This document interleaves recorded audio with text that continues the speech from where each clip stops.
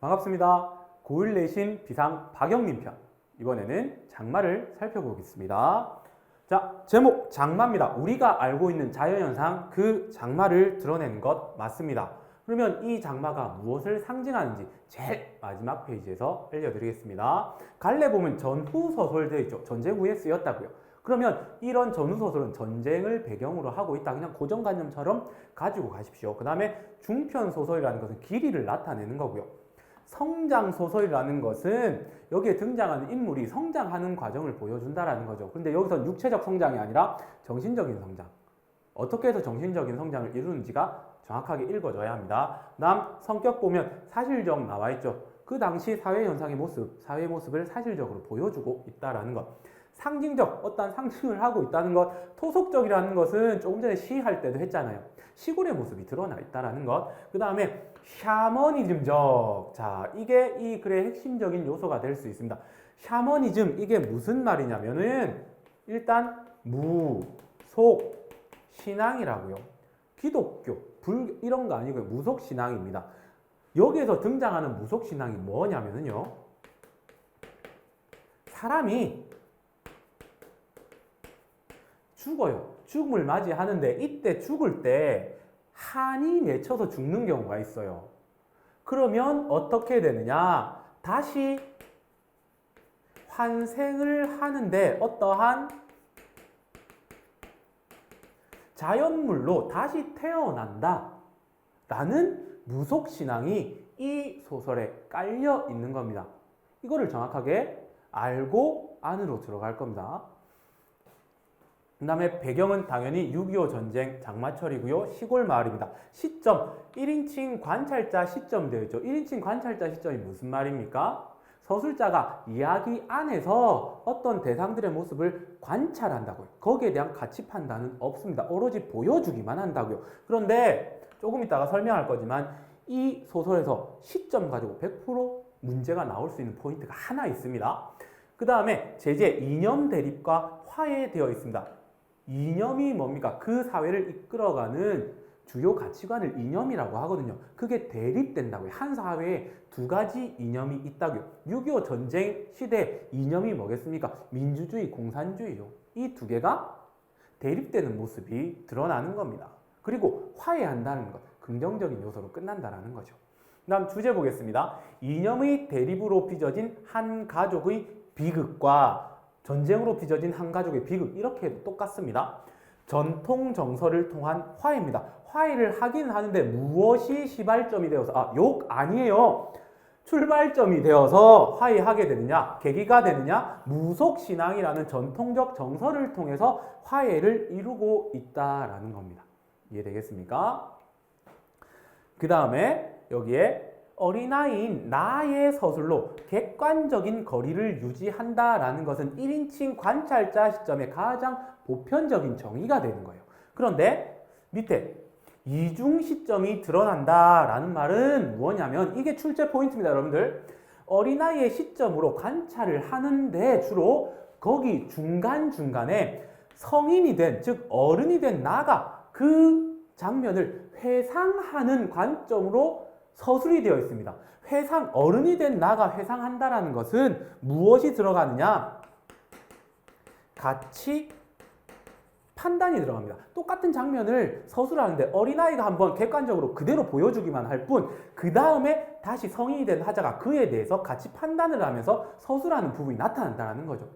제가 두 부분 정도 보여드리겠습니다. 그 다음, 방언을 사용하여 사건의 사실성을 높이고 토속적인 분위기를 드러낸다. 방언이 뭡니까? 사투리요. 지금 제가 쓰고 있는 거예요. 사투리를 통해서 실제 있었던 것 같다. 그 다음에 고향, 실제 그 곳에서 이루어진 것 같다. 이렇게 되는 겁니다.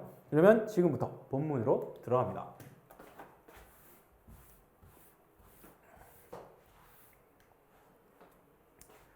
(6.25) 전쟁으로 나의 외가 식구들이 친가 식구들과 같이 살고 있던 나의 집으로 피란을 오면서 모두 함께 살게 된다. 자, 이거는 그때그때 정리하면서 함께 가겠습니다. 자, 나의 집에 외가 식구들이 오면서 친가 식구랑 함께 살게 됩니다. 그 다음 계속 보겠습니다. 삼촌은 빨치산.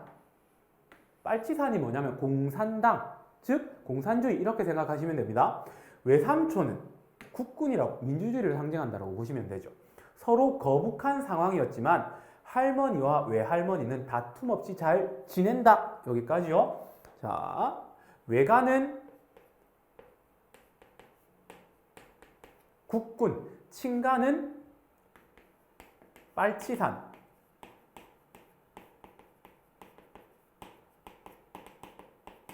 이렇게 됩니다. 그렇다면 외가의 대표 누구겠습니까? 외할머니죠. 외할머니 같은 라인이 되는 건 같은 이념이 되는 거고요. 친가는 누구? 할머니가 같은 이념의 대표적인 인물이 되는 겁니다. 자, 이렇게 두 이념이 한 집안에 살았다는 겁니다. 어느 날 나오면 사건이 벌어지죠. 어떤 사건이 벌어진지 보겠습니다. 낯선 사람이 게임에 빠진 나가 삼촌이 빨치산인 삼촌이 밤에 몰래 집에 왔었다고 말한 이 때문에 아버지가 고초를 겪는다. 빨갱이가 왔는데 신고 안 하고 뭐 했어? 이러면서 아버지를 끌고 가서 막 고문했다고요. 그래서 힘들어했다고요. 그러니까 그 아버지의 엄마가 누굽니까? 할머니잖아요.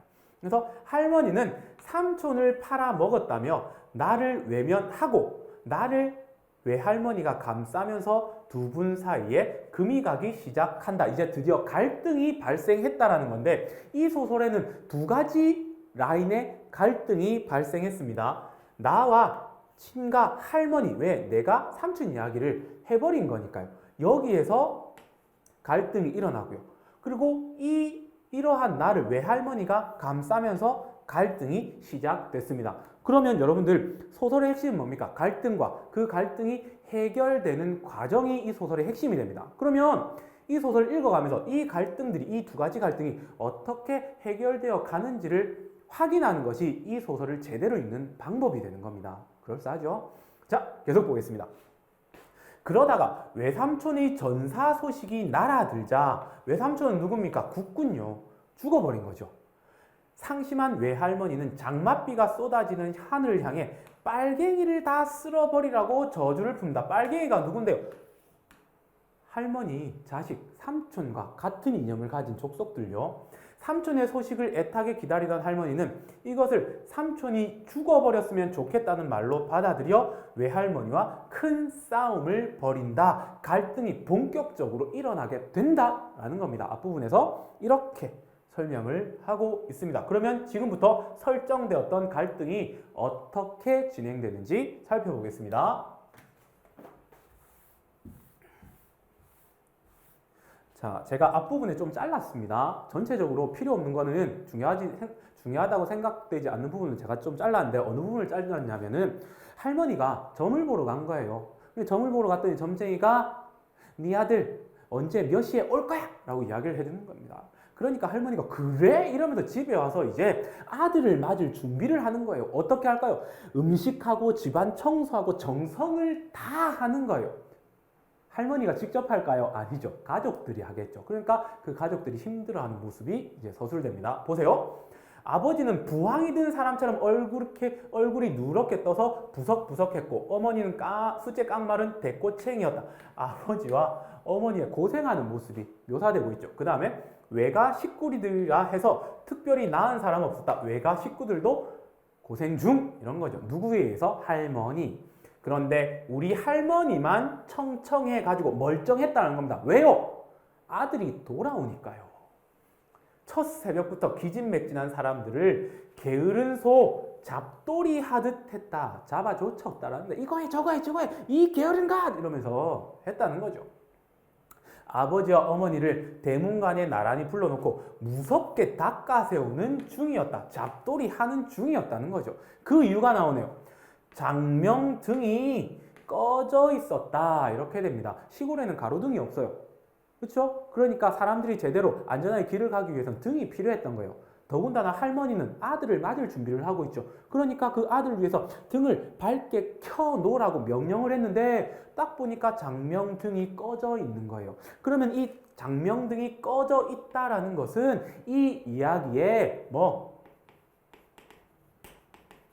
어떠한 불길한 사건이 일어날 것이라는 것을 알려주고 있는 거죠. 되겠습니까? 그 다음 기름이 아직 반남아 들어있는데도 어느 바람이 언제 끄고 갔는지 유리갓의 물기가 촉촉했다. 장명등 일로 할머니는 몹시 심정이 상해 버렸다. 화나는 거죠. 정성을 다해야 되는데.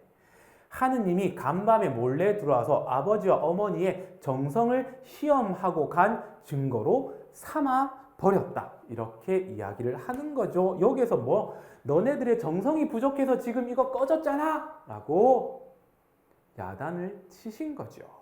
자, 그 다음 보겠습니다.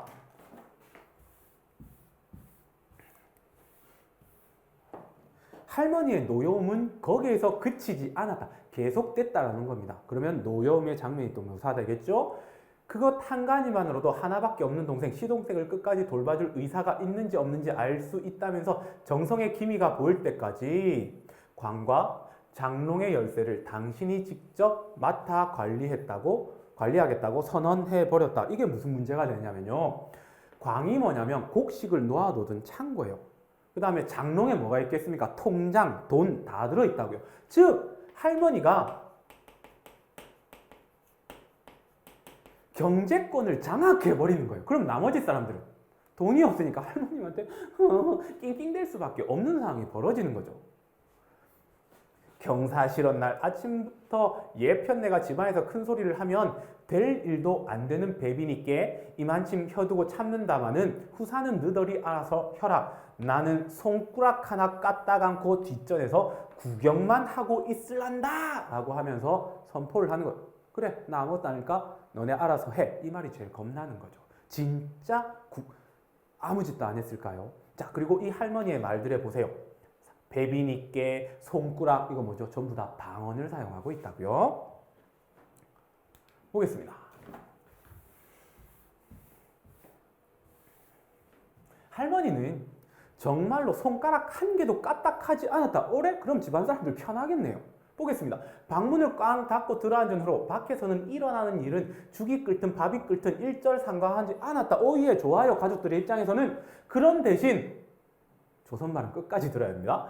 봉창에 달린 작은 유리너머로 늘 감시하면서 일일이 못마땅한 표정을 지어보았다. 상관 안 하는 게 아니죠.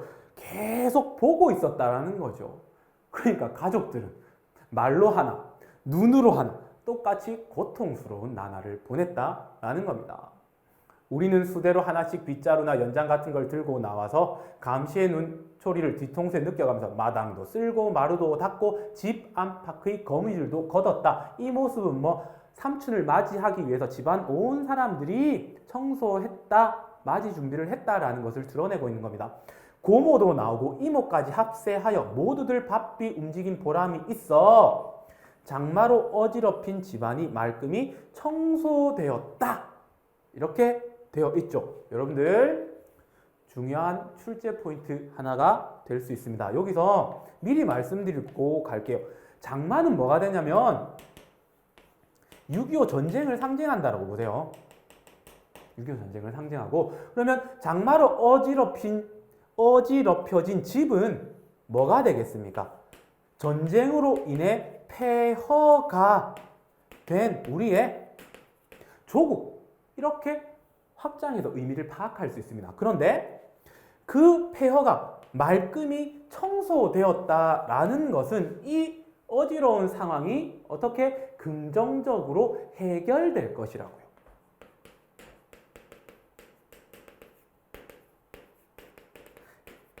긍정적으로 해결될 것을 암시하고 있는 부분입니다. 이해되시겠습니까? 다음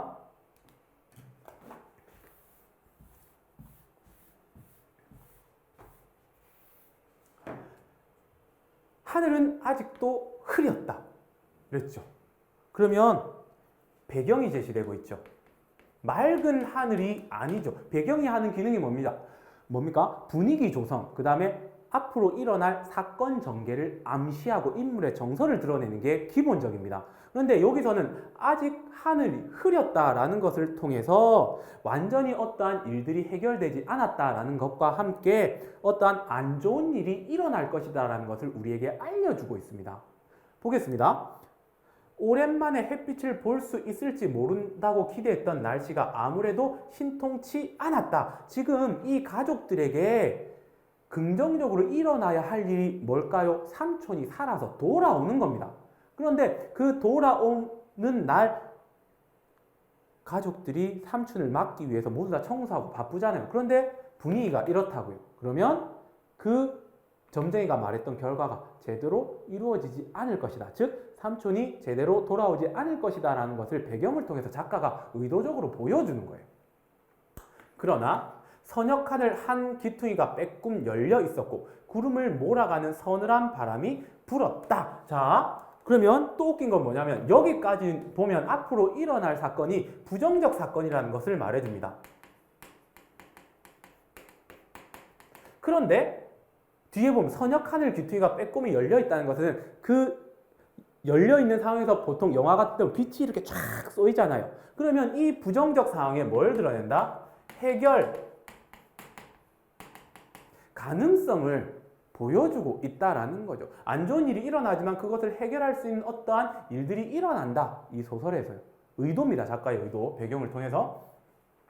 다시 비가 내릴 기미 같은 건 어디에도 안 보였다. 그것만도 우리에게 참으로 다행스러운 일이었다. 우리뿐만 아니라 모든 사람이 다 그러했다. 자, 이때 우리는 하나의 가족의 의미가 됩니다. 지금은 가족 문제를 다루고 있는 거예요. 그런데 작가의 의도는 가족의 문제를 보여주는 듯 하지만 모든 사람들이 다 그랬다라고 말함으로써 여기서 드러나는 문제가 한 가족의 문제가 아니라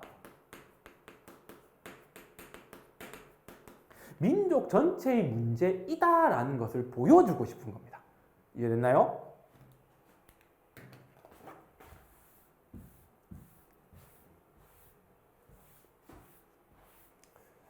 그 다음입니다. 우리 집은 완전히 잔치집답게 동네 사람들로 북적거렸고 저마다 연주를 찾아 말을 걸어보려는 사람들 때문에 식구들은 도무지 정신을 못 차릴 정도였다. 지금 우리 집 앞마당의 모습을 드러냅니다. 한 장면을 드러내는 거예요. 그런데 여기까지만 딱 보면 있는 그대로 사실만을 관찰해서 기록하고 있는 듯한 느낌이 듭니다. 이때는 아이의 시선인 거예요. 제가 이중적 설명하겠다라는 것 여기서 드러나는 겁니다. 그들이 가장 궁금해하는 것은 우리 식구들이 어느 정도 미신을 믿고 있는가였다. 타인의 마음속까지 들여다보는 거예요. 지금 서술자가. 물론 그들은 미신한 말이 입 밖에 내지도 않았다. 점쟁이의 말 한마디가 이만큼 크게 일을 벌여놓을 수 있는 데 대해 놀라움을 표시하며 서도 속셈이 빤히 보일 만큼 노골적이지 않았다라는 것은 아이의 생각으로는 이렇게 할 수가 없죠. 이건 뭡니까? 성인이 된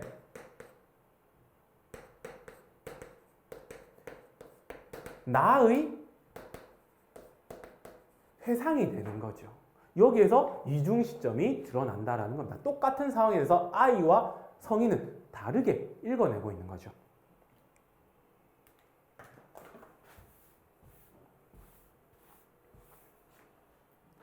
이야기 끝에 그들은 가족들 정성에 끌려서라도 삼촌이 틀림없이 돌아올 거라는 격려의 말을 잊지 않았다. 아버지는 그저 웃고만 있었다. 여기까지 관찰된 내용 그대로입니다. 아이의 시선입니다. 그런 말 하는 몇 사람이 태도에서 아버지는 그들이 우리 일을 가지고 자기네 나름으로 한창 즐기고 있다는 사실을 충분히 눈치챘을 것이다. 어린아이는 이런 생각 못합니다.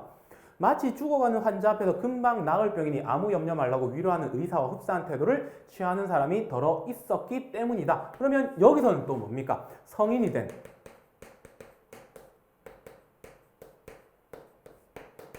나의 회상이 되는 거예요. 어른의 시점에서 이야기를 진술하고 있는 거죠. 그 다음 보겠습니다.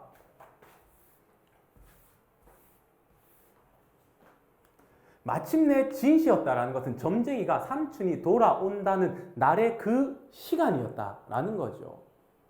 진시가 되는 8시였다. 모두들 흥분에 쌓여 초조하게 기다리는 가운데 자꾸만 시간이 흘렀다. 9시가 지나고 어느덧 10시가 되었다. 그런데도 우리 집엔 아무 일도 일어나지 않았다. 이렇게 되네요. 분명히 중요한 사건이 있었습니다. 뭡니까?